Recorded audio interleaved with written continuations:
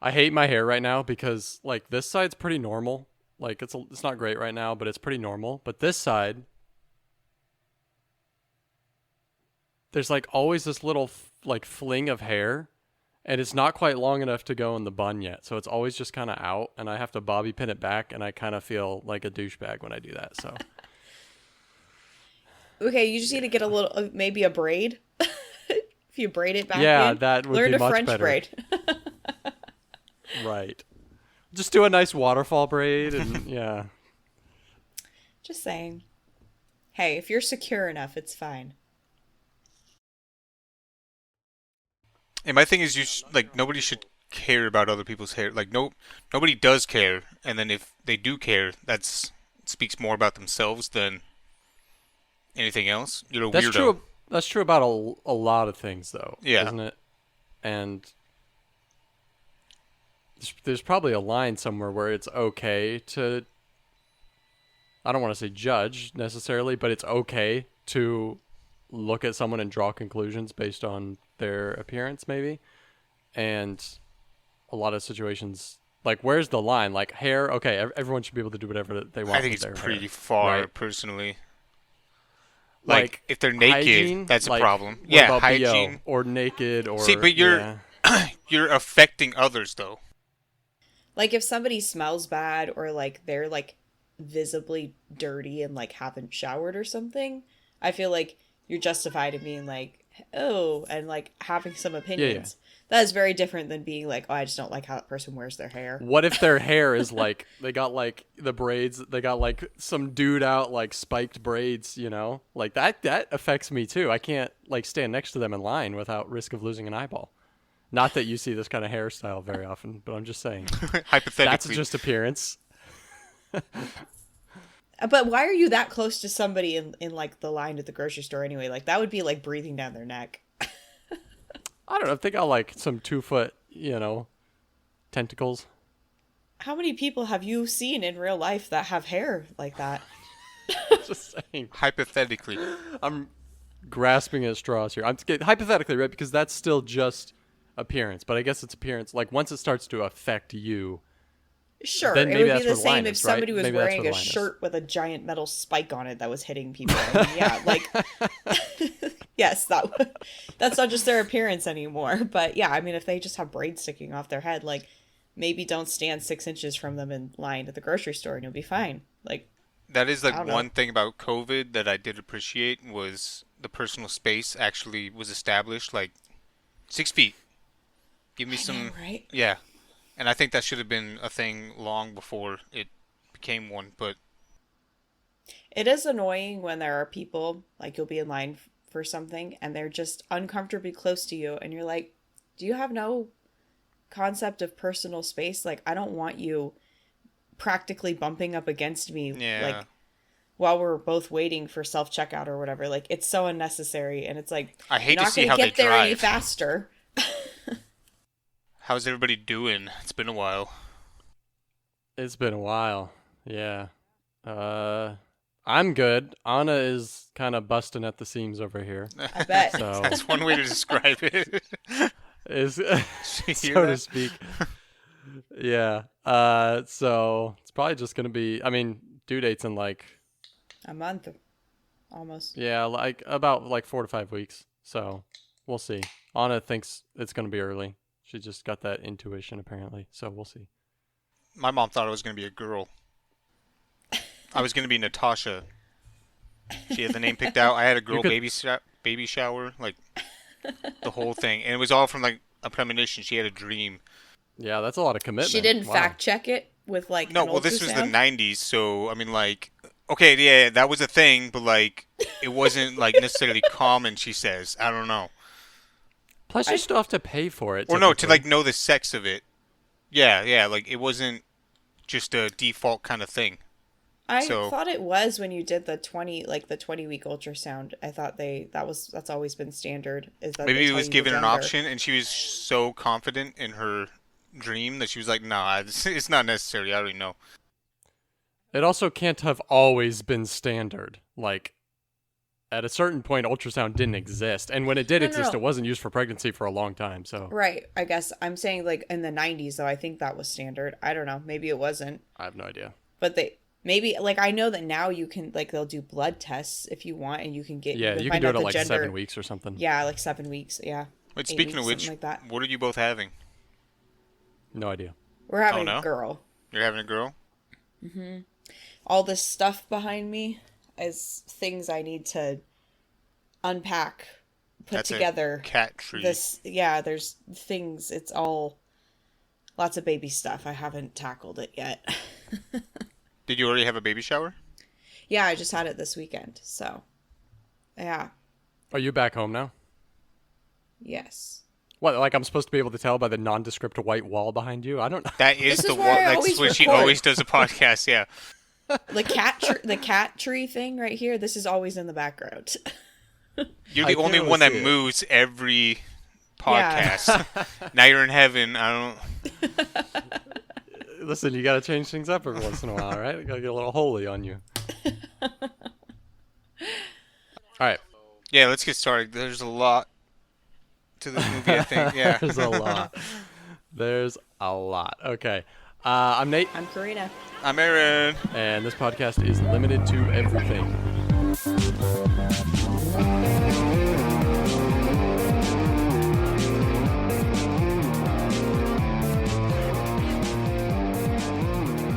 Okay, so today we're talking about Yorgos Lanthimos', which, by the way, probably name. top 3 most badass names of all time, fictional or real. Anyways, we're doing his, I guess, newest film, Bugonia. This was Aaron's pick, so Aaron, take it away. All right, so this is a movie from 2025. It mostly consists of 3 characters and how they interact with each other. 2 conspiracy dudes, cousins, who live in a house out in the middle of nowhere. They are convinced that, or one of them is convinced and has influenced the other, that aliens rule the world and they're killing the bees and they're the reason that everything in the world kind of just sucks. The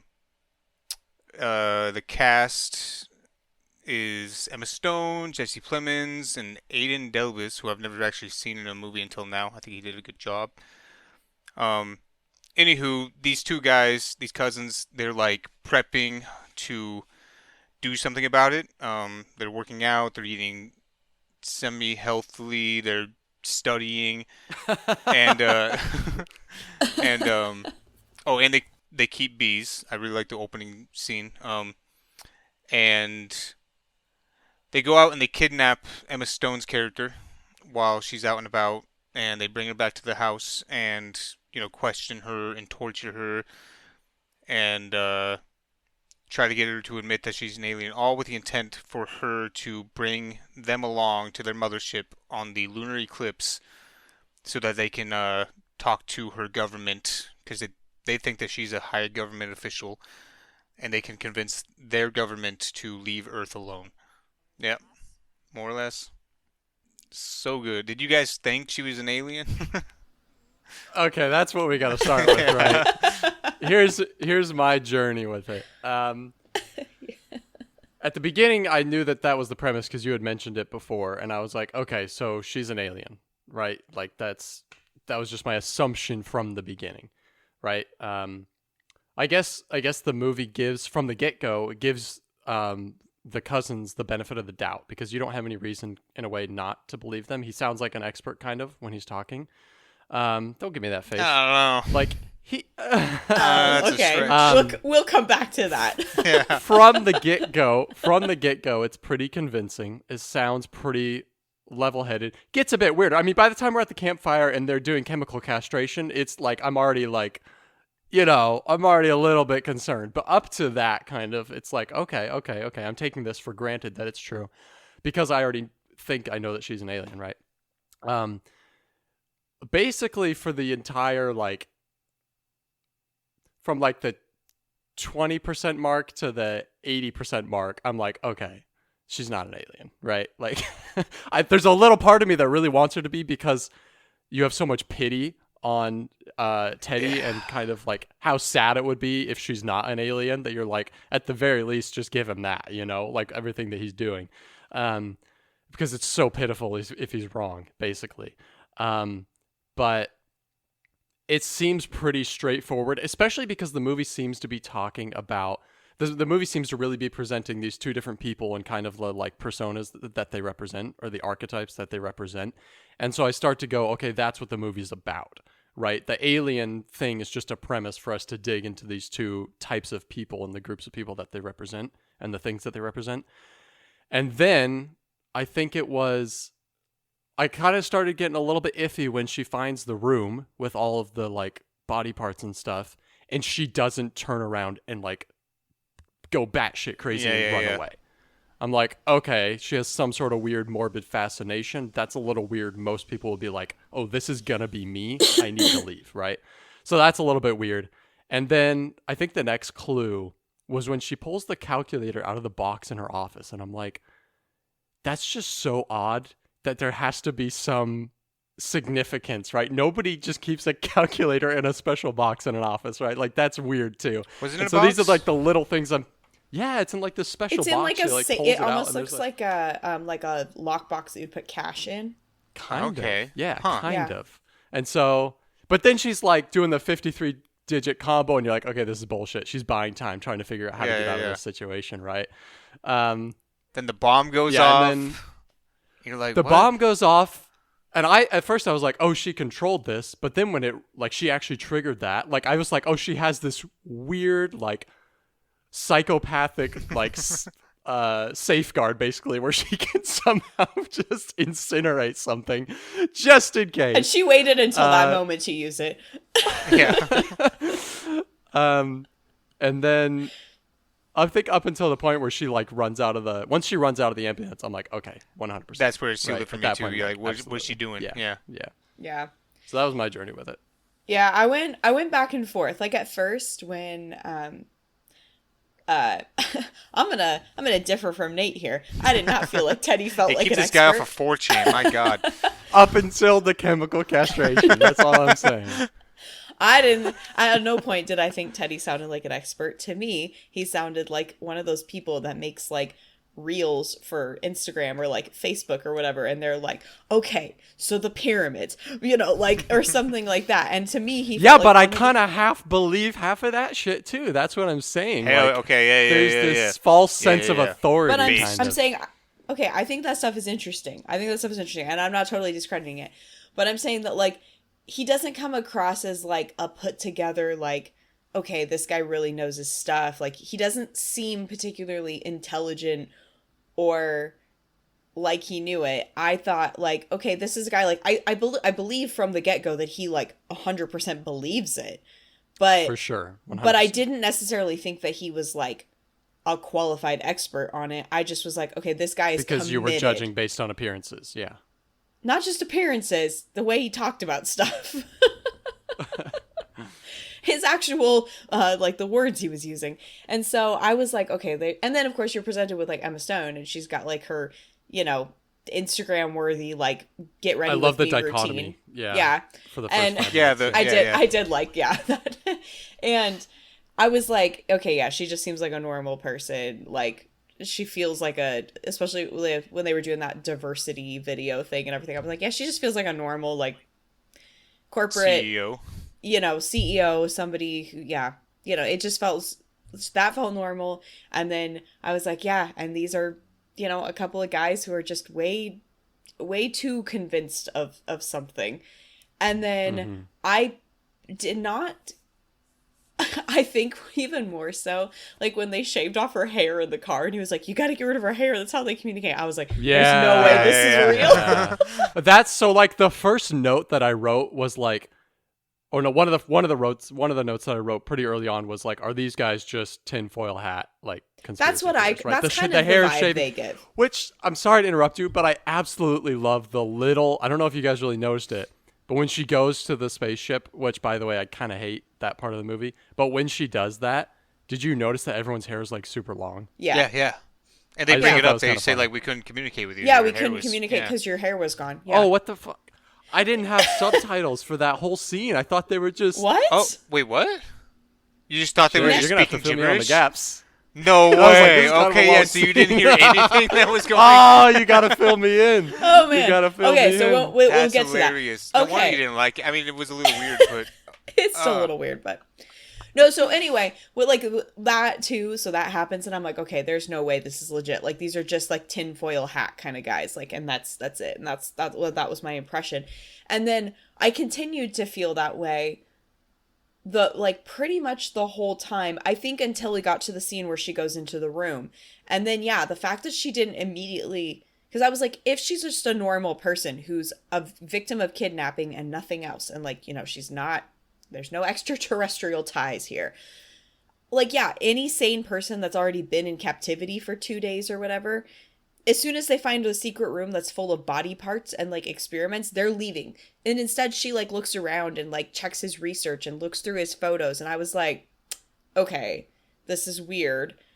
The fact that she's not like immediately vomiting and like running or something like this, like, because I think that's how any normal person would react in that situation. And so from there I was like kind of suspicious. And then like, yeah, I was like, I think when she jumped out of the ambulance, I was like, okay, yeah, she's for sure an alien at that point. So that was where I was at. And although I will say, I didn't necessarily, like you were saying, you wanted her to be an alien just out of pity for those guys. I didn't really feel any pity for them, because I was like, this is psycho behavior to just kidnap somebody, especially because up to that point, to me, it did not feel like it was a well researched or Here's like knowledgeable thing. It just feels like they kidnapped somebody. And then especially because they give you his backstory of like his mom's been injured by this company and stuff, and Yeah, I'm like, right, yeah, there's right. like other motives here, and he's just unhinged, and he was abused as a child by his babysitter, and like there's, clearly I'm like, okay, there's screws loose. Like this guy, there's no pity really. It's just like he what? needs That's professional exactly help. why you should be what? Well, no, I mean, like, not pity in a way of like, Just oh, I just childhood hope... trauma. Yeah, like That's not what I meant. he deserves everything he's got coming to him. I'm not. It did not make me want her to piece be of an shit. alien. It did not make me want her to be an alien just because this guy was like, not doing well mentally. That did not make me want her to be an alien just so he would be right. Like, I think part of it was the fact that Dawn was wrapped into it too. Like, Dawn gets a lot of the emotional response from me. Obviously, like that's the kind of the purpose. I think in a lot of yeah, ways. Of his I did character, have and pity so that's for part him. of the reason. Is the ultimate victim. I did have a lot like, of pity for him. Yeah, because they're both clearly victims, he's. but They both have. They both have difficulties, but I think it feels like Teddy's is the result of multiple types of trauma over his life, whereas I think Dawn's is like just And personal he's like vendetta, probably born with it, right? that's my thing. Is I think he's in a way justified for kidnap. Like the kidnapping thing to me is not that crazy. Like, Well, I don't know. I guess you don't get a lot of backstory on what exactly went wrong, though. Like, I don't know if, like, from the perspective of like, this is a pharmaceutical company. Was she part, like, they don't really give you a lot of info, or if they did, I missed it somewhere. Like, was she part of just a clinical trial that went wrong? Because that is one of the kind of what it risks sounds you like, take yeah. when you sign up for something like that. Like, it's not, like, I didn't get the impression that they were like, oh, we're going to specifically harm this woman with an untested drug or something like that. It felt like it was just an unfortunate set of circumstances and that he didn't handle it well. I think like rehab from like opioid abuse is part of the conversation, and so I think that she mentions one time like they sell you the sickness and they sell you the cure, kind of like pharmaceutical companies as a whole like have created a lot of people that are that have become dependent upon opioids, and then they're also being like offering the cure in the other hand kind of thing. And she got I mean, sort sure, of I'm not sick in both defending cases. like big pharmaceutical companies. I'm just saying that it didn't feel like there was anything specifically malicious towards his mom going on, though, where he'd have like a vendetta where it'd be like, you singled out my mom and attacked her, or like something like that. It just felt like an unfortunate set of circumstances where, yeah, whatever it was, if she had an opioid addiction or she was on something else and then she tried this new, drug that was in testing, but it's like, at the same time, it doesn't seem like she was forced into it or something like that. Like, she probably signed up to be part of the clinical trials or whatever. And it's like, Well, in that case, you know you're taking a risk if you're volunteering to be part of something. It may not work out, especially if you're not part of like the placebo group. So it didn't feel to me like he was super justified in kidnapping and torturing a CEO because his mom was harmed by, But in like, his reality, this is a big conspiracy. So like yeah, yeah. he is Well, and his justified. mom I was don't. clearly part of it. She thinks like she's talking about aliens too Yeah, in the exactly. So he was scene. indoctrinated from like For who sure. knows? Yeah. I from the very beginning, like before I even watched the movie, I wanted her to be an alien. That's why I watched the movie. I was like, Hmm. because I saw the clip of her like waking up with her hair shaved, and she's like, "Where's my hair gone?" And I was like already hooked. And then like a month later, I finally watched the movie with my sister and brother, and the whole time we were like commenting throughout the movie, like whether she's an alien or not. And I think this movie is like a masterclass in keeping you like not just on the fence, but like leaning one direction, leaning the other. Yeah, Like you're this way then constantly that way. switching. Yeah, Yeah, for sure. because it's both sides are just so justified. Because his his theories are just so batshit crazy that there's no way that he could be right, and he's like right down to the details of the ship and how it looks. Right. Yeah. Right. Right. I feel like he came across crazy but eloquent. Well, yeah, Like it's when not she that he's not says, well spoken. It's just that the things he said didn't feel it didn't feel like real research, I guess. Like, I don't know, it just kind of felt like, and maybe that's what they right want you down to to the think, ship, but bruh. it felt stereotypical, like how you would write a character for something that's like, no, no, trust me, aliens are real and they've experimented on humans, and like, Yeah, yeah, but he sounds like an eloquent version of that because I've talked to a lot of conspiracy like meth heads, and they'll believe the craziest things, but like you can tell immediately that they're wrong because just the way that they talk about it, I guess. And his are really left field, but he's also super eloquent. Not that helped me lean towards whether he was believable or not.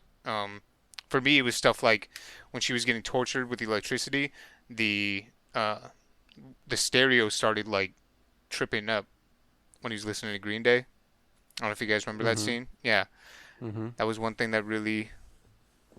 Uh, see, that was another scene that made me kind of feel like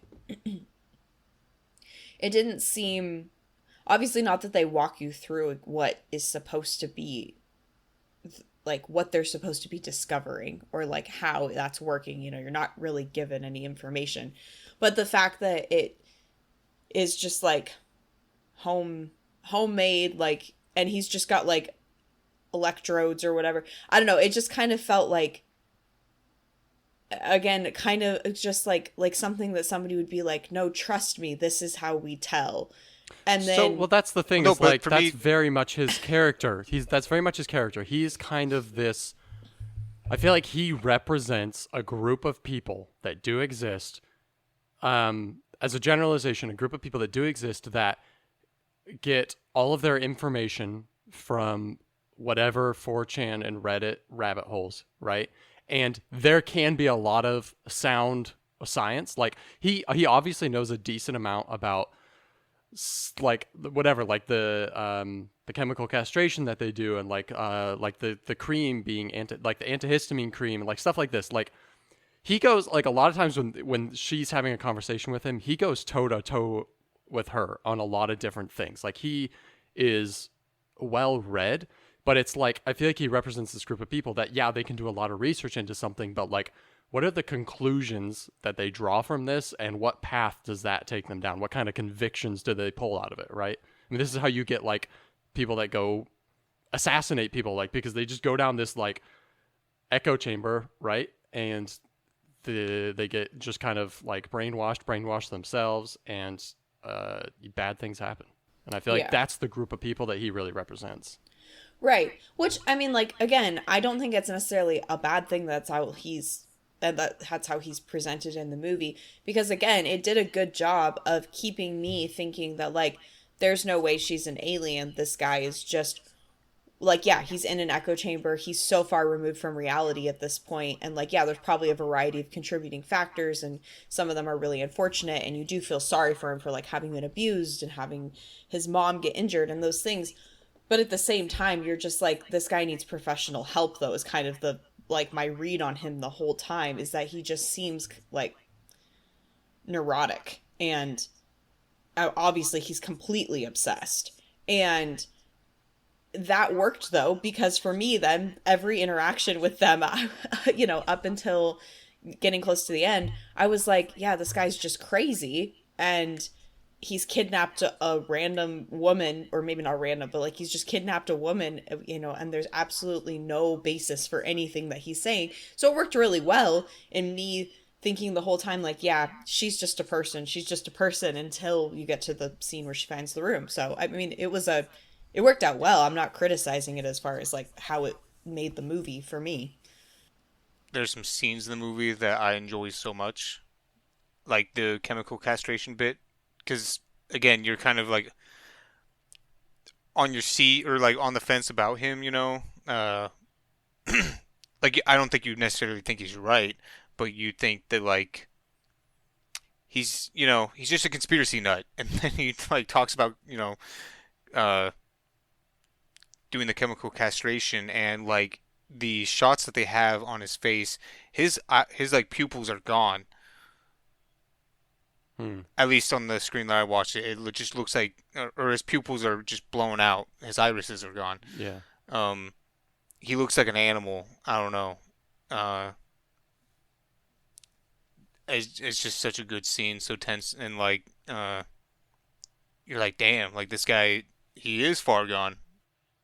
Right, because especially when at first I thought he was just doing it to like his cousin, and then when he was like, "No, I did this already," and I was like, Yeah, "Oh, yeah, you're he like, is oh, yeah. committed to it." Like, Well, that's part of like his thing, is that like he is fully committed to it, right? Like, of course he already did it. Like, I didn't doubt for a second that he was going to or had already done it. Like, he is fully committed to this, and poor Don is like in his wake, just getting swept along because he doesn't have whatever the mental fortitude or the ability to stand up against him or whatever it is, right? Like, he just gets swept along with it because because they're family, and he's so attached. His bonds with Teddy are so strong that he's not gonna like, and he doesn't know anything about this world. So how can he like? Teddy seems so knowledgeable and so like he's a Yeah, like an pretty good leader. authority. Like, he's confident. Like, yeah, like there's no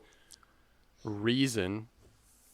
I mean, if somebody asked me to chemically castrate myself, like, okay, I'm gonna have some questions, right? I'm not just gonna do it. Right, but But also Don there is is like, we don't know exactly where he's at mentally, but it's obvious that like he's got some deficiencies. yeah, yeah. clearly, like he comes across as very childlike, like in a he seems very naive. The kind of questions he asks and the way he talks to people, it just seems like, yeah, he's There's probably two. probably some kind of something he was born with, I'm sure. This is probably grasping at straws here, but there are two scenes where I found something. Well, okay, I guess during the movie there were 2 points where I started to wonder if it was going to lean into a little bit how he, as somebody who might be autistic or whatever, is actually more like an alien. Like, people that are kind of on the autism spectrum are more like not not alien in that they're just different, but that they're starting to become like the next stage of evolution kind of a thing. Because there's 2 times where he gets super stressed out, basically. One of them is when they're doing the voltage test, and like weird things start happening in the room, and I'm like, oh, he's getting really stressed out. Like, does this have something to do with Don? And the other time is when, right before he dies, when he's with Michelle, I think, and she's like really pressuring him, and he's getting super uncomfortable, and the shot starts to do this like heartbeat thing almost, and the windows are kind of like pulsating and glowing, and I was like, is he about to have some sort of episode or something? Like, I like at that point I was like, maybe part of this is like people that are kind of on the autism spectrum are the ones that are starting to develop supernatural ability or something. But I think ultimately by the end of the movie that was obviously not the point. So. Nate's like, oh, there's a B plot here. There is a B plot. But There is a B plot. isn't it true that like a lot of CEOs of big companies though typically are on the autism spectrum though? So, Or at least psychopaths. it's interesting. Which is One one of part, the two. like, when Sure. she walks into the room, which is another scene where I'm like, he's been doing this forever? Just, yeah, floored me. Um, that to me wasn't necessarily indicative of whether she was an alien or not, because, like, this woman is cold. Like, she's very calculated. I don't think she has, like, emotions as the CEO character. In my mind, she's, And that's part of the reason that like that's part of the reason that like not believing that she's an alien for so long works is because the kind of character she is she's like strong female CEO, able to put up with anybody's bullshit kind of a person, very confident, like very level-headed and can respond like in pressure, like that's her character. And so the fact that she goes so long without like just cracking like a normal person would is still believable because of like what we already know about her as a character. yeah, she seems Right. like the kind that's are able to Yeah. deal with like high stress situations. Yeah. Yeah, so Yeah. like when she And first wakes clearly, up from like, being I mean, kidnapped. Yeah, or I was gonna say even when like they jump her when she gets out of her car, like she's she's not like I mean obviously she's stressed out, but she's not freaking out in maybe the same way that like another woman would. Like she's like like you can see like oh she's got you get to see a little bit her getting ready montage, like she clearly takes like some type of fighting class and like that kicks in and she's not afraid of them in the same way that probably a lot of women would be if two men jumped them getting out of their car. Like she's her kind of like gut reaction is to fight them and not to just take off running like and she keeps so I feel like that setup and then yeah the fact that when she wakes up even kidnapped she's still pretty calm and like okay let's talk through this, like let's be reasonable, clearly you have like a motive, you want money or something, can we just do what's best for everyone here. She's so and it just feels yeah like what you'd kind of expect out of somebody who's earned their way into being a CEO of a powerful company. You kind of expect that like you do have to be a little cutthroat usually to get into those positions, I think, especially as a woman. And then I think there's just kind of inherently personality traits that lend themselves to those types of positions as well. And so yeah, I think you kind of already just assume like she's going to be a tougher person and handle things very differently than like a random person you pulled off the street. Yeah, and so I think that really helps with the, keeping you on the fence about whether she's an alien or not. Like even when uh the gunshot goes off and I can't remember his name. Jesse Plemons' character is out, with the cop looking at bees. The gunshot goes off. You as an audience member are like, oh shit, he's gonna come back and the cousin's gonna be dead and how's this gonna play out? Um, or no, I'm thinking about when he goes to deal with his mom and then he comes back from that. Yeah, And he's she, even more pissed then. yeah, and she like locks in. In my head, I'm like, okay, so either she's an alien. I'm still like really convinced that she is, but maybe she's just like she saw all this shit. She knows that there's a real chance that she's gonna die, and so she locks into the role that he gave her, and is like, yeah, I'm an alien. I'm gonna come up with all this lore on the spot about Atlantis and dinosaurs and Hmm. yeah, and so I don't know. I think the dynamic between her character and his is really good for that guessing game. Also, are we supposed to believe then? Because like obviously in the moment you don't believe what she's saying about all the like history of the world kind of stuff. But I guess retrospectively, are we supposed to believe that like that lore drop actually is 100% What she meant. like the truth? So if Yeah. you actually got to the end of the movie and like read the dialogue, I think so. Yeah. Yeah, I would say so. You didn't get Okay, the so subtitles. can we talk about that real quick? Because all I got was like 90 seconds of lub dub dub dub. Yeah, And I was would have just hated kinda that like, too. I would have been Nate's really like, this pissed. is a terrible ending to this movie. It's way too art house. Yeah. Stylistically, I didn't love the ship. I felt like it looked corny as hell. Like I really didn't like That's their how I felt about outfits the or the ship people. or They're anything. like weird braided sweater, Everything. Yeah. Oompa Loompa Yeah. suits. Like, Who knows It what was not a vibe, purpose in my they opinion. serve?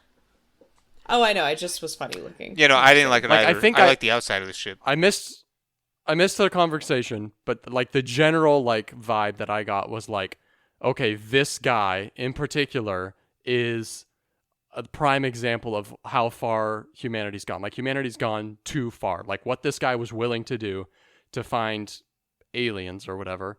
Like yeah, he's pretty intelligent. He figured out a lot of shit. Like he even found a couple, like he says at one point that he found like two of the people that he tortured or whatever were actually Andromedans or whatever.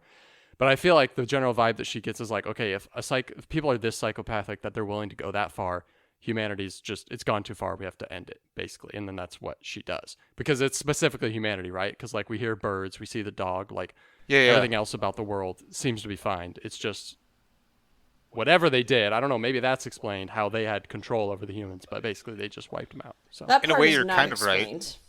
But, Yeah, no, but but yeah, you're right in that they basically go. We They're have a doomed. couple. They say we have like 2 test subjects left that they were experimenting on that are humans, but they're like, it's not looking good, and those are the only 2 we have left. So we think humanity has run its course. And she goes, "All right, we've decided that yeah, we're pulling the plug essentially," and that's what they do. It doesn't explain how though they have the ability to do it, but I guess going back to the well, they popped the dome. lore dump though, that like if they popped the if they dome. if they put humanity on the planet, then I guess yeah, they have some level of, I guess, control that even though it's not explained Well, in detail. Like if you think about the Sophons from Three Body Problem, like the kind of advanced tech, like just ending humanity very quickly would not really be an issue for a society right, as right. advanced I'm as- just saying they don't really explain it, like you had said. You had wondered if they did. I'm saying they don't explain it at all, but I think even more so, yeah, like the lore dump seems like it was probably accurate because they clearly do have the ability to just be like, all right, call it. Well, like once you see that she's not lying and she is indeed an alien, like, and then you rewatch it. I rewatched it. It does seem like she's got nothing. Like she's just telling the truth. Like, all right, this is what you wanted. Here it is. Here's a full lore dump. Yeah, I mean, I guess the question is at that point in time, why would she lie? Yeah. So Why was she lying in the Yeah. first place? Like, was she maybe thinking that the experiment was still salvageable? What was her interaction with these two that made her think that like, no, all of humans got to go. There's nothing redeemable. You're a bunch of apes. I genuinely think my assumption would be it was when she discovered the that true extents two- that he's gone to, right? Because it's dropping hints throughout the film that like this is not the first person that Yeah. he's Yeah, he says like kidnapped, you're not like the basically. rest. Kind of, except Yeah. for that, honestly, I don't know, maybe I was giving him too much benefit of the doubt. I was kind of thinking throughout the whole film that like, okay, he's never actually kidnapped one before and like experimented, especially because he had to like go out and buy things and whatever, and like it felt very much like he was prepping for something. So I was like, okay, I don't think he's actually done this before. He's having to talk Dawn through things, like he's having to go purchase I definitely think it was materials. Dawn's first rodeo. That was Well, obvious. Yeah. Otherwise he'd have been chemically castrated already. But True. I got the vibe that I got was just that he had done like really, like he'd been doing his research, he'd had lots of conversations with his mom, and then he was just kind of like gathering intel to build up to this moment of like, okay, I think I feel confident about who is an Andromedan, and I'm gonna go get him, and we're gonna finally figure out like, once and for all, like we're gonna make contact, blah blah blah. That was the vibe I got. And so then when she did find that room and it was like, oh, he's been doing this for a while and he's had a lot of victims. Any any feeling bad that you had for him, I feel like goes away at that point too, because At that point, yes. it's like he's not just in an echo chamber. Like, this guy is a serial killer, especially because he clearly had more than 2 victims, and he says only 2 of them were actually Andromedans. So he's killed all kinds of just innocent, regular humans as well in his pursuit of Right, the ends finding justify the aliens. means. Basically. Well, he's trying to save humanity. You know? Yeah, I guess you gotta break a few eggs. And in a way, like But- in a way, he was Well, didn't justified. he kind of doom? Didn't he end up dooming humanity? Yeah, yeah. He did. What I'm wondering is, I would- did the bomb jacket, or bomb vest, did it go off? Like, was that his fault, or was that something to do with the? Yeah, that's a logistical question I had. Like, what did she punch into the calculator? Like, did she try to teleport him? She wouldn't have done that with him having a bomb. There's no way she would have tried to send him up. So, like, Yeah, what I did wondered. she I do? wondered that too. It's like, especially once you realize that, like, she wasn't just punching random shit into a calculator. Like, You know, she probably. said 58 Like, digits. Didn't type 58 digits. she did not That could type have been 58 digits. just That's true. Anything. But- He screams before he explodes. He like yelps. Oh, does he? Yeah, he yelps. Well, And and I then think boom. there's also there's this like delayed, like there's like he kind of hits the door like that's dented, and then there's like a second explosion. So I really think that she does something, and then that something then triggers the bomb a second later. Yeah, probably. It was pretty vague. I mean, Think about how she backs away from the closet. Yeah, She- she yeah. seems like she's. Well, I mean, he's got a bomb strapped to his vest, and I don't know. Valid. What if interacting kind with the beam makes bombs explode? I don't know. Maybe it's multi-use. Maybe like Exactly, it like- also is an incinerator. Well, yeah, I don't know. It's clear that she needs the closet's got something.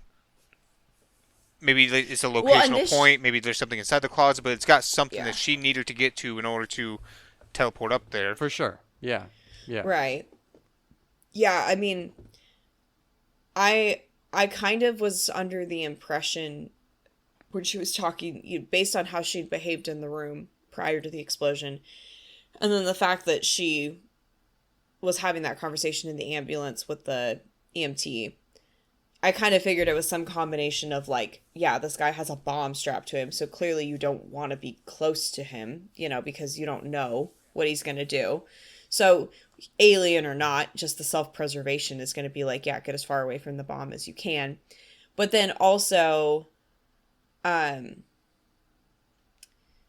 it made me, I think when I was watching the scene initially where she is like backing away and he's in the closet, my initial thought was that she was just gonna lock him in the closet, like that she was gonna, he was gonna get in and she was gonna like stick something in the closet doors and he wasn't gonna be able to get out and that she was gonna leave.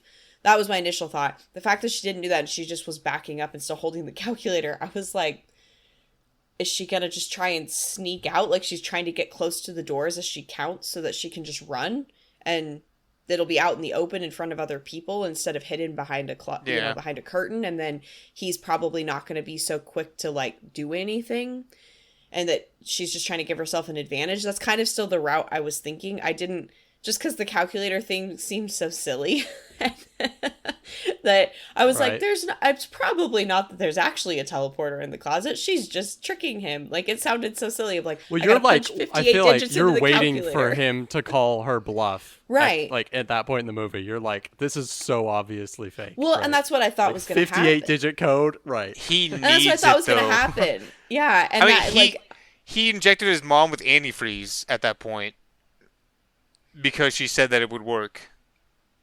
I think he was Well, yeah, all the malleable. more reason why he shouldn't be believing her. Yeah, exactly. Right. I You feel know? I feel like he should have been even more skeptical. His cousin, like, he has nothing left. His cousin died, blew his head off. His mom, he just killed his mom several hours earlier.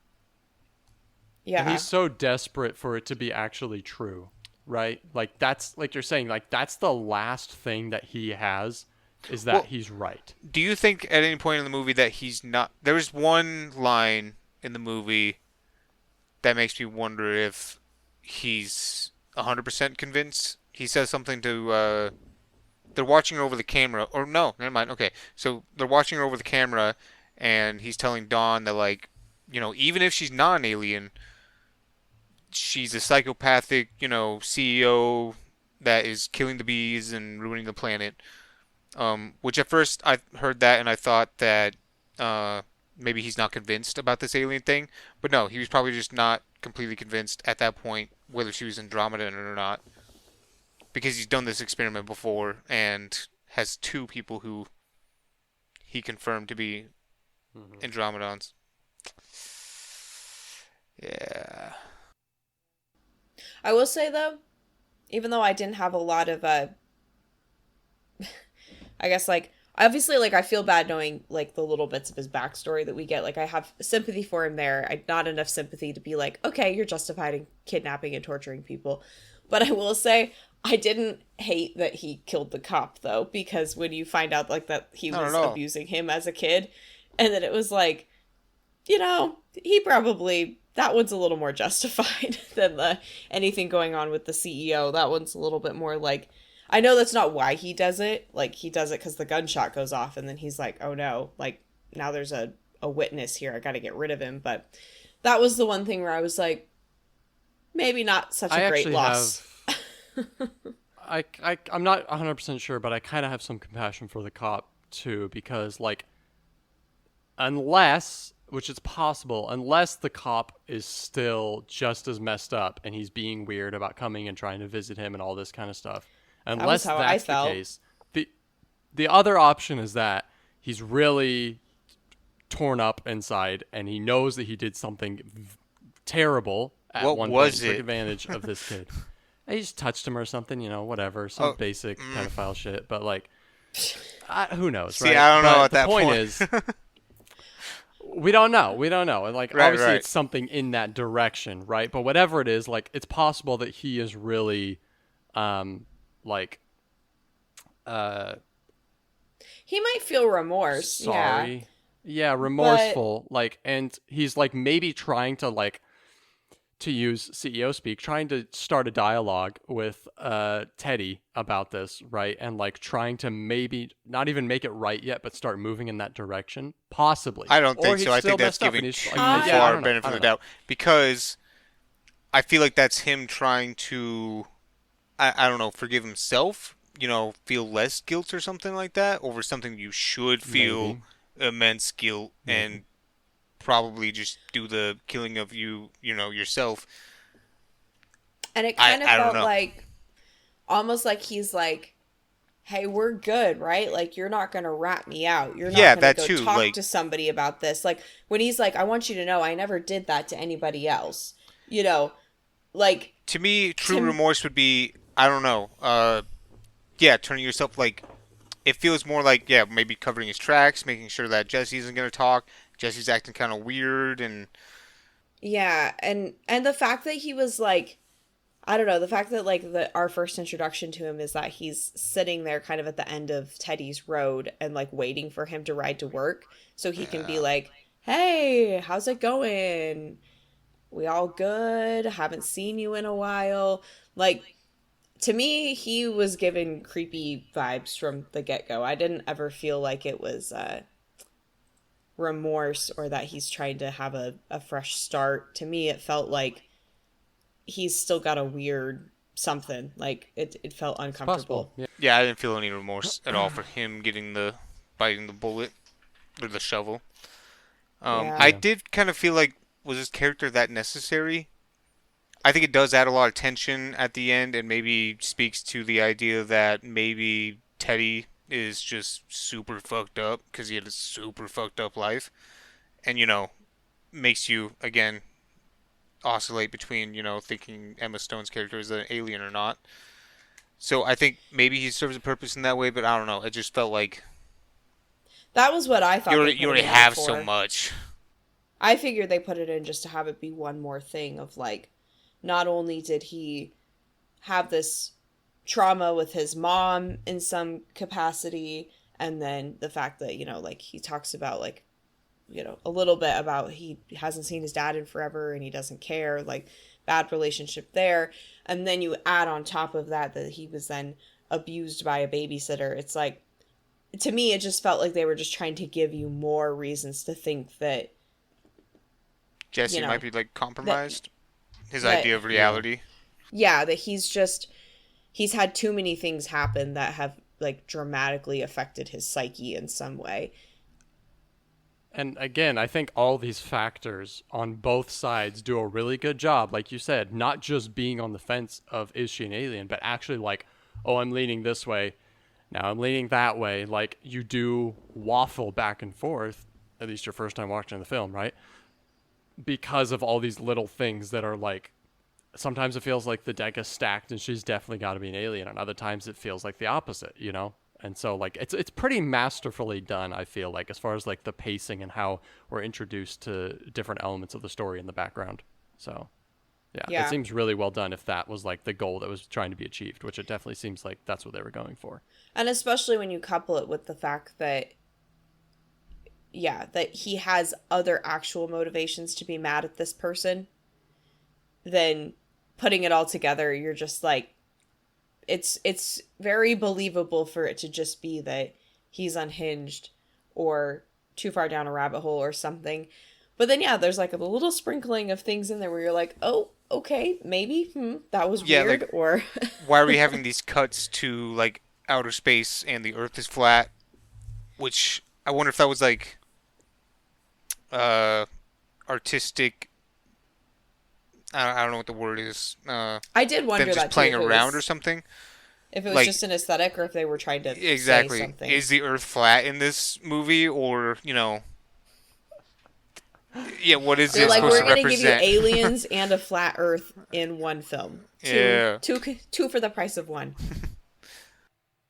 I think it might just be a like artist choice, like stylistic thing. And I think so too, but like, why? It's cool. It's evocative. Like, it's cool. Yeah, it makes you think though. Like, at least it made me think something wacky's going on.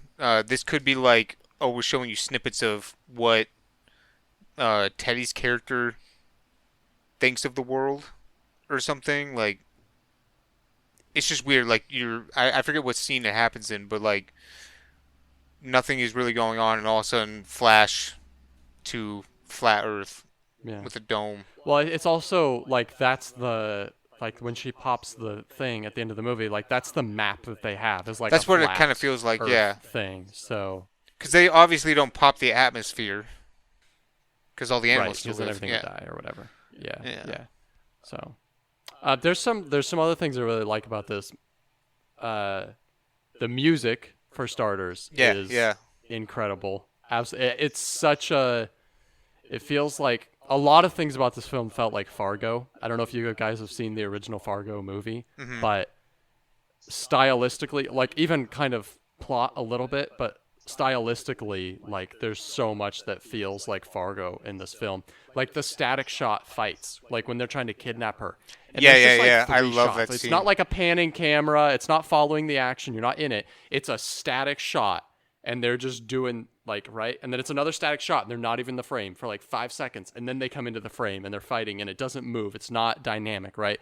Like, it felt so Coen Brothers to me in some places, and I really loved it. I did like that element. I noticed it in a few, like not just the fight, but like when he's out like in the car screaming to get his rage out or whatever, and then Dawn goes and walks by, long wide and the whole shot. thing is way back. I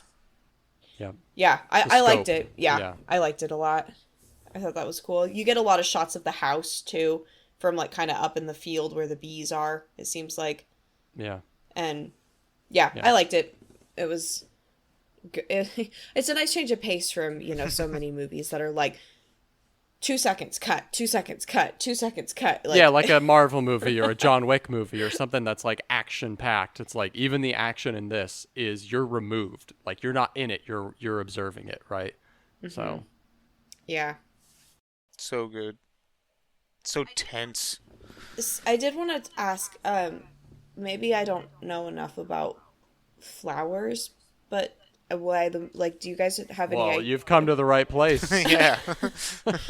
I was just curious if either of you had a theory or like had read anything or knew, like I didn't have a chance to like look into it at all, why it's called Bugonia. Like, I know that's a type of flower. I don't know much about it.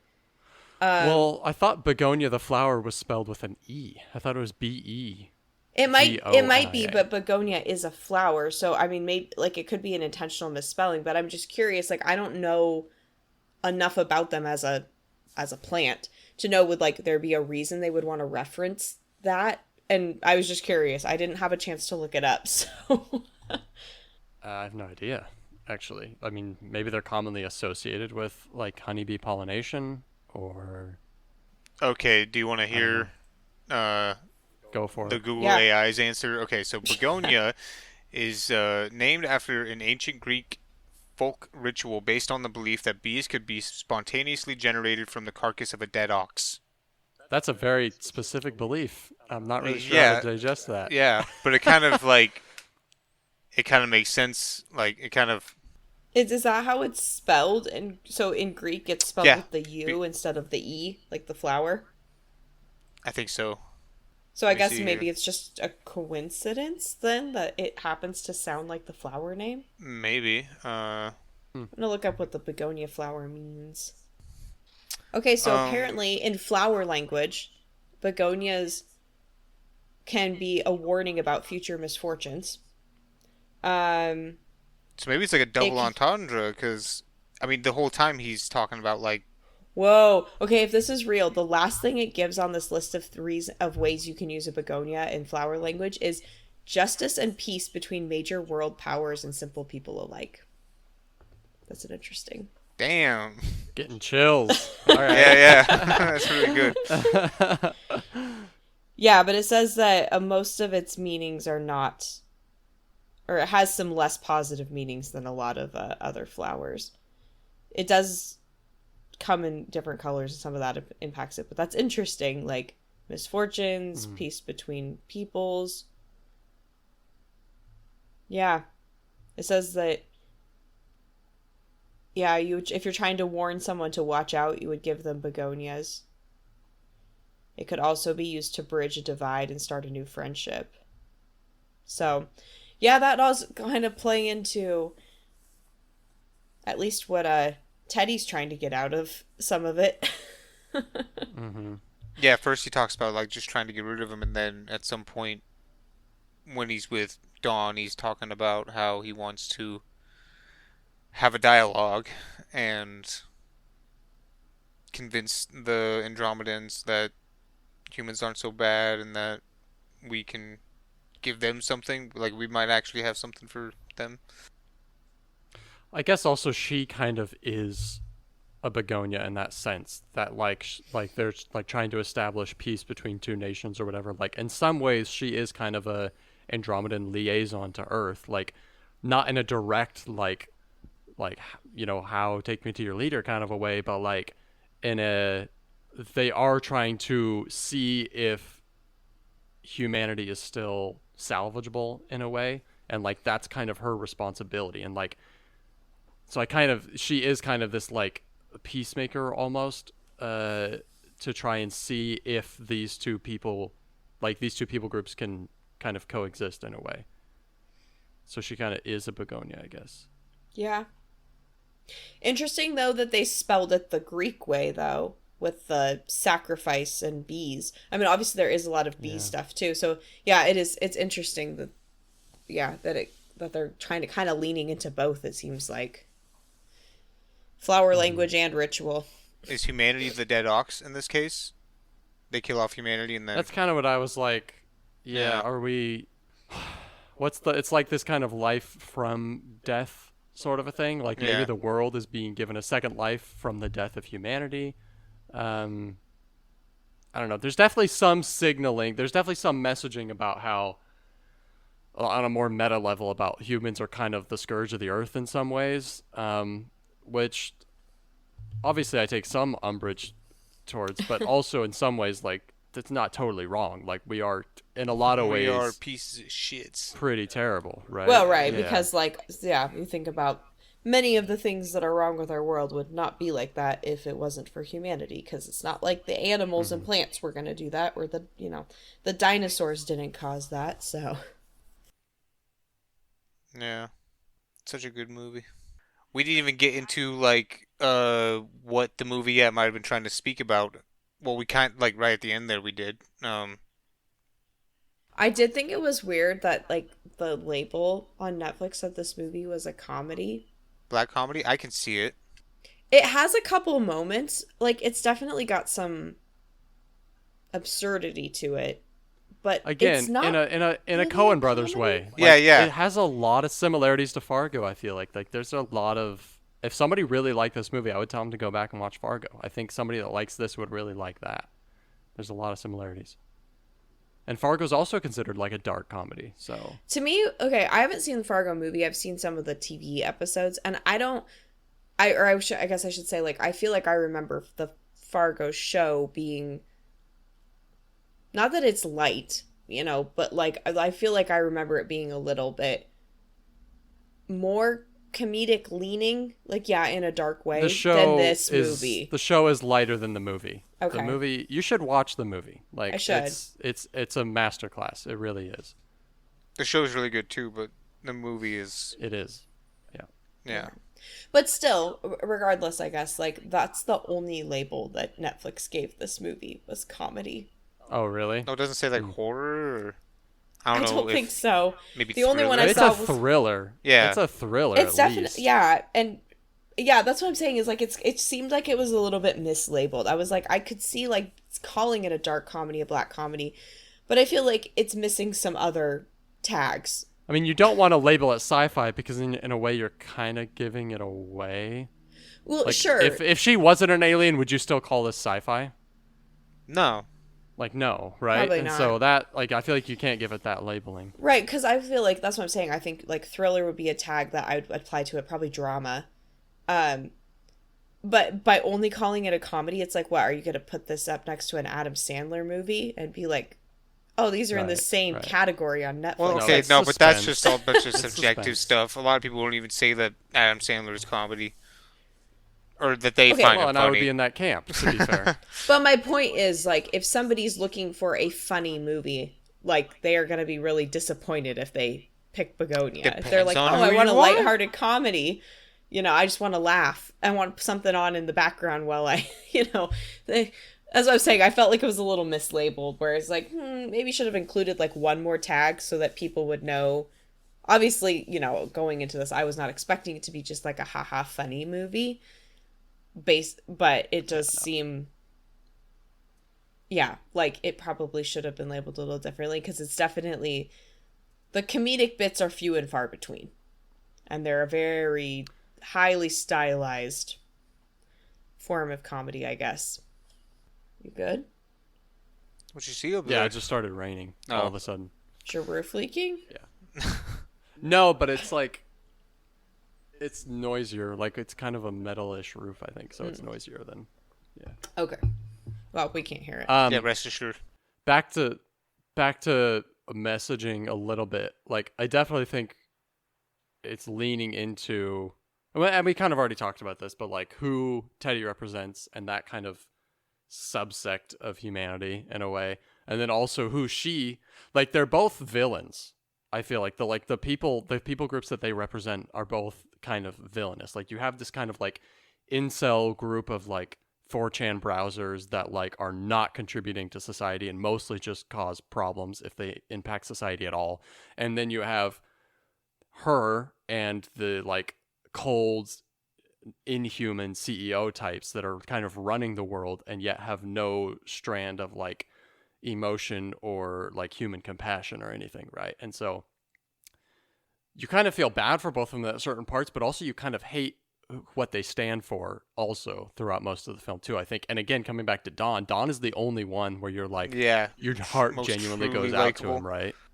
Right, Yeah. because with both of them, it was like you don't particularly like either of them as a character for wildly Yeah. different reasons. But he's clearly got some issues. He's willing to kidnap and torture people and in pursuit of confirming a conspiracy theory.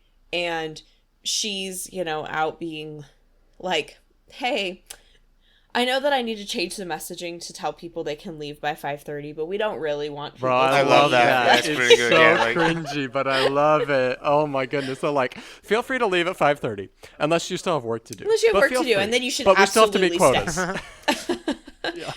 Like what does she say? Something about like, we want people to like use their conscience or something. Yeah, So like, yeah. if they know they have things to do, they should stay for sure, for sure. But it's not mandatory. Yeah. the Yeah. shot I that they love do it. with It's that so bad. is like straight up like this, and I think it makes her kind of look like an alien, or like just Which different, shot? inhuman almost. When she's telling her assistant lady about what the new changes to the company and how she wants people to go home early, but only if they're done with their work, and like she I clearly don't doesn't want. remember.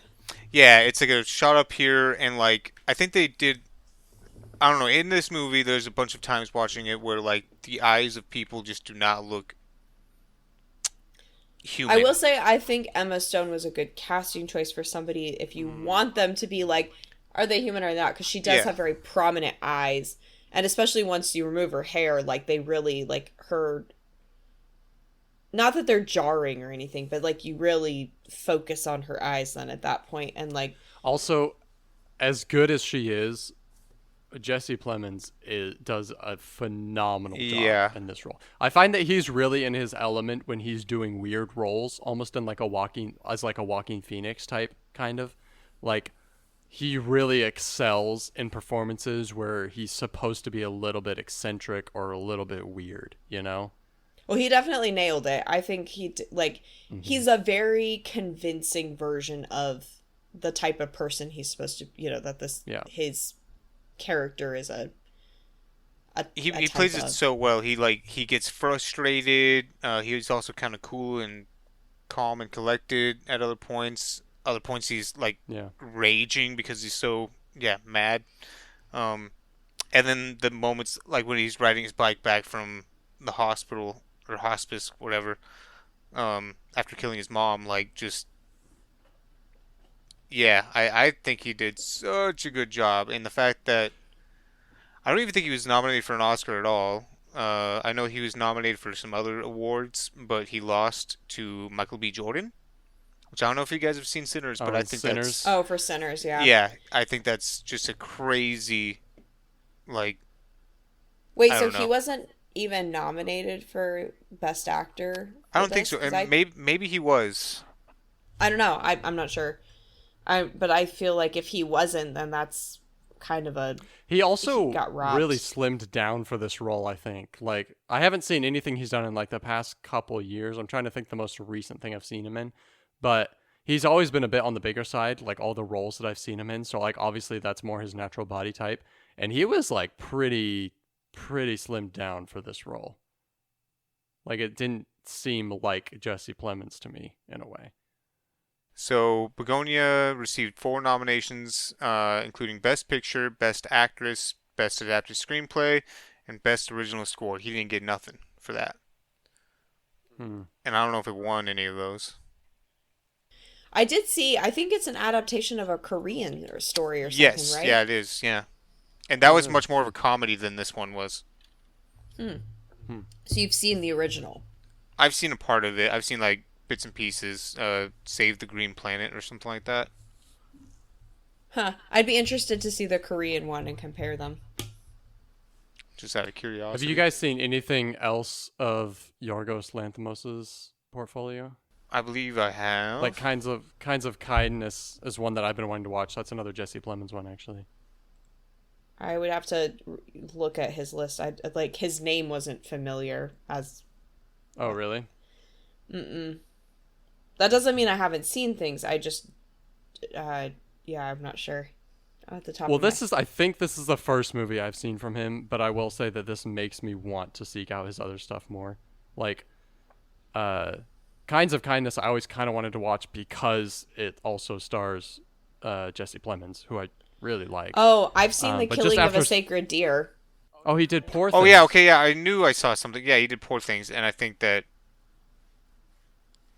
Begonia is better. He also did what might be one of my upcoming picks, which is The The Lobster, Lobster? which I haven't seen yet. Have you guys seen it? No. No, I remember like seeing stuff about it when it came out, and I never watched it. I think I've heard that it's I'm sure similar to aren't both of Poor those Things. or both? I say like and The Lobster is that a Colin Farrell movie? Or- Yeah. it Okay. is. Which, to So be fair, is- I will watch anything that has Colin Farrell in So it, I was but- gonna say so is The Killing of a Sacred Deer.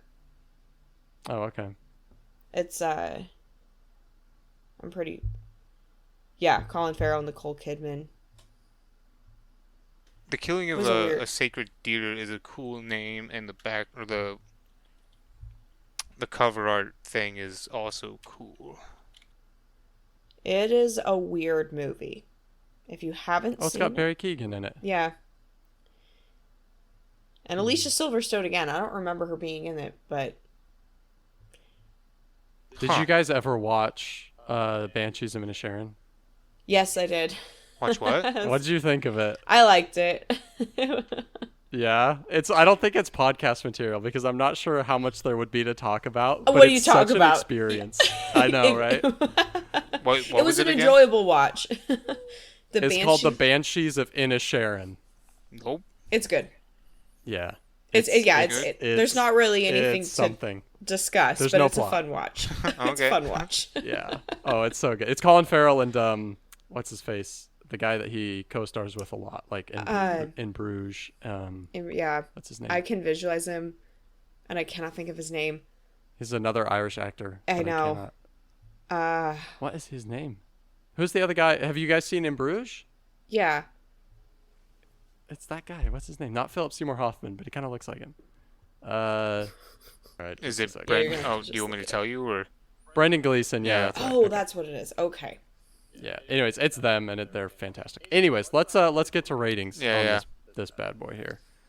Aaron, I feel like we have this trend that whoever picked the movie has to go first. So let's let Aaron go. It's close to a 10 for me. I really like it. I really like it. I don't like the way y'all smile at me. He's in the hot seat. It's close to a 10. It's definitely not a 10. Definitely not a Of 10. course, definitely No, not, yeah. no such thing exists. But gosh, Used to. darn, is it high? I'm gonna give it like a 9.6,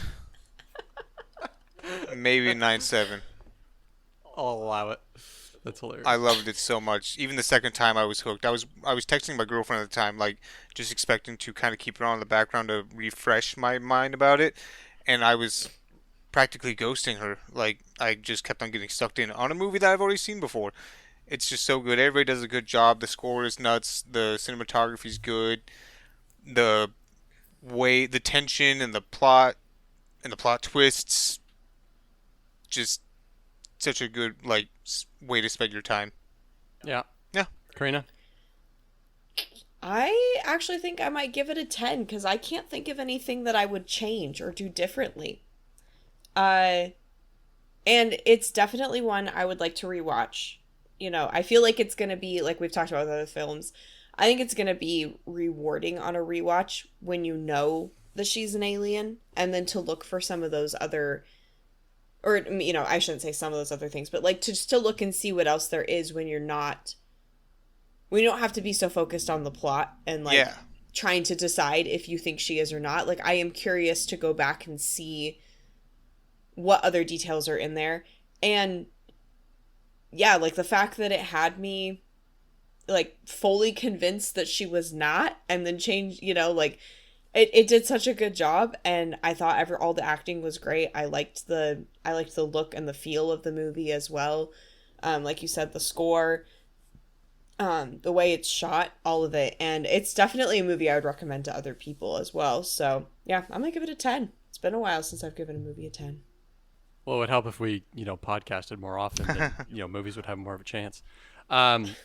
This is a 10 out of a 10. No notes. I mean, this is exactly what I want out of a movie. Like, I love that the plot balances this tension of is she, isn't she, throughout the whole film, essentially. It does an excellent job of that. And despite that, you still want to come back and watch it again. Like that, it's not like that's the only thing it's resting on. Because if that was the only thing it was resting on, then it wouldn't be good on a rewatch, right? But I think it really would be, right? Like it makes me want to come back to it and just see everything from a different point of view now, right? So I mean, it's perfectly done. The music is fantastic and creates such a good dramatic, like suspenseful atmosphere. Um, Cinematography is great. Like I said, it reminds me so much of a Coen Brothers film, and the Coen Brothers are like basically my favorite director of all time. So like this is right in my wheelhouse. I love Jesse Plemons. Emma Stone is great. Um, the plot is super interesting. I love that it's not really a sci-fi. Like it's not. It takes place in mostly it takes place in his basement. Like this isn't a sci-fi film necessarily, right? But the Yeah. like it kind of is though at the same time. So it's just fantastic. So fantastic pick. Yeah, I Aaron. think. No, thank you. It's I great. think that they could have went one way and like left you guessing at the end. You know, kind of ambiguous. I'm super glad that they don't, and I think it's really rewarding when she jumps out of the truck. You're like, oh, and she runs back in the Yeah. closet. Yeah. Everything. I mean, there's so much to this movie. We didn't even talk about the very last scene where it's just or the credits are rolling and it's just all the dead people on Earth. You know, and I Yeah. think That that hits. was so cool. Yeah, such a good movie. I wish we were able to like land a better time because I feel like we could talk about it for much longer than an Yeah. hour, hour and a half.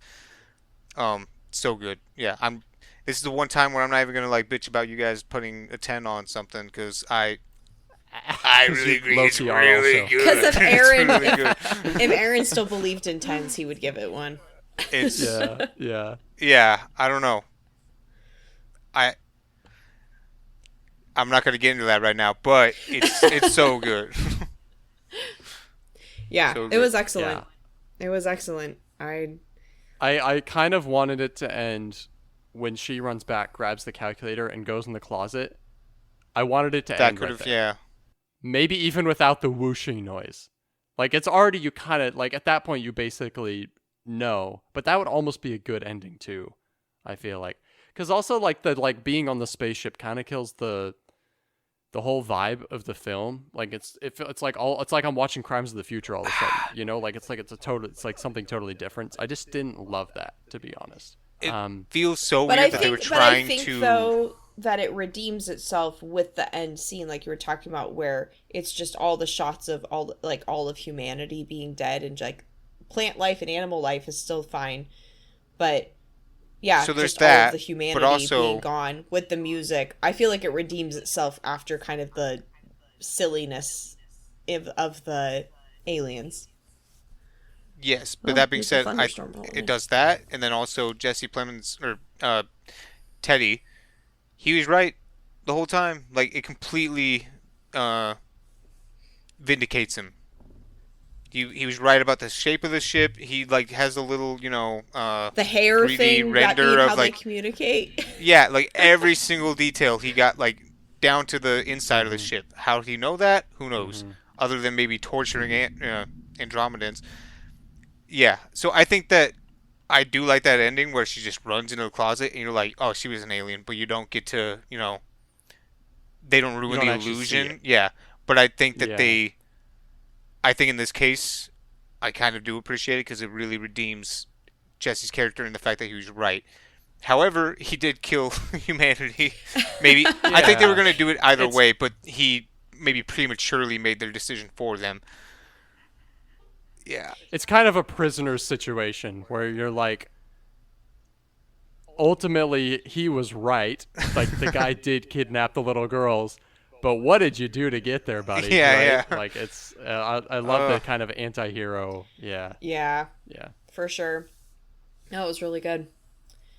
I do think though, since we were talking about the director, if you since you guys obviously we all liked this movie, and you Nate, you're saying it makes you want to watch his other stuff, you should watch The Killing of a Sacred Deer. I It's just I mean, read like I like the said, like plot and what it looks really good. it's a yeah. I think has Wikipedia classifies it as an absurdist psychological horror thriller. It's perfect for the. with Colin Farrell, I mean, No, but it's a really good yeah. movie. I watched it a few years ago Yeah. back, and yeah, like it's yeah, I think you'll find it very interesting. Like, I mean, I don't know if I would say it's as good as this movie, but like it's an interesting watch for sure. So Cool. I would recommend checking it out, especially since you're saying it makes you Well, want to watch more from this director. well, next pick is going to be yours, Karina, I believe. I know, I don't know what I'm gonna pick yet. Ooh, our audience is gonna be on the edge of their seat. They're like, when's it gonna be uploaded? What movie are they gonna cover? To be fair, you never know Yeah, on no. either of those. That is true. Um, yeah, I haven't thought. I kind of Actually, we don't most of the Yeah, time no. on either of those. I am kind of feeling like I like we talked about a couple times ago of trying to maybe go back to picking movies that none of us have seen. Because I mean, obviously, yeah, you Yeah. could keep polling things, being like, "Oh, I've watched this and I want to show it to other people." But I do think there is kind of a fun element of, like with Crimes of the Future, like none of us knew what we were getting Yeah, into when we yeah. watched Okay, that so- movie. Right. I have an idea. What if we have like two pools?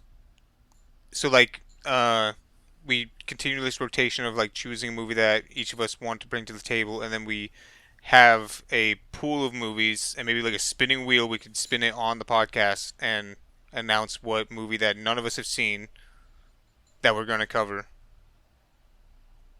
I don't I have don't a know, something problem with that. because Yeah. I do like this. I mean, both think are that good. there's- Both are good. Yeah, because there's so many movies that you don't know whether it's going to be really good for the podcast. I think no matter But what, sometimes, any like movie. in your case, you watch Bugonia and you're like, this is This podcast is- material. yeah, exactly, Right, yeah, and you don't yeah. want to pass up on that opportunity. So. Exactly. 'Cause that's- but I do 'cause like that's where I'm that at. element. Because I'm like, just as we were talking about it, I was like, looking at this, I was like, oh, Killing of a Sacred Deer. And I was like, I almost could pick that because it's definitely a movie that has things to talk about. Like, there would absolutely be conversation to be had. But at the same time, it's like, well, do we want to fall back into the rut of like, oh, we just all pick something we've already seen and just start showing it to the other two? And I do kind of like the, as weird as Crimes of the Future was, it was fun pretty that cool it was to like have all of us, yeah. were going in blind, and it is more of a gamble. But I mean, yeah, that's why I'm kind of saying like I kind of feel like like it's been a while since I've picked a movie that I also haven't seen, so I'm kind of thinking I'll probably go that direction this time. I just don't know what it'll be yet, so I'm gonna have to do a little looking around for something. But And I even like if the they're idea not, though of having two different pools of like maybe kind of going back and forth and Yeah, it could be maybe every other, like having like, a yeah. pool of movies that none of us have seen, and that we're kind of picking at random almost rather than it being a choice, and then kind of leaving the choice ones to be when it's something that you have seen and it's going to be a worthwhile discussion. So Yeah. So we'll see. I don't know. I don't have a pick yet. We'll workshop it, but yeah. Did you just lose power? or That's something? what I thought, yeah. Well, I didn't lose sound or anything, but there is a thunderstorm happening outside. I've seen some flashes. Yeah, I might Yeah. lose. I might lose power. A couple of months ago, our apartment building got struck by lightning, which is the Yikes. loudest thing I have ever experienced in my Oh, I life. bet, yeah. Oh wow. That's good for It the was pregnancy. so loud. It was like an explosion going off. Like it hit something on our Holy building, crap. and just immediately all the power went out. But it was so loud. It was like it was a little frightening almost. Almost. Well, you should save your audio. Yeah, Oh my God. that is not being recorded online though. That's on Audacity, and it's an offline thing. So, but Well, yeah, but But if if your you lose- computer just shuts down, it could. Yeah, I guess if you're using a laptop or if you're on direct AC power, depends on what you're using. I'm but- I'm on a laptop that is not like it's the audio will be fine. You might lose me on here, but the audio will be fine. It's not online and it's on a laptop. But the thunderstorm is coming right overhead right now, so it might be iffy on whether or not I'm still online. Well, I got a dip anyways, yeah. but thanks for listening. That was 2020, I don't know, 5's 2025. Bugonia by Yeah. Yorgos Lanthimos, and we have no idea what we're doing next, but Stay tuned. you'll find out when we do. Thanks for listening.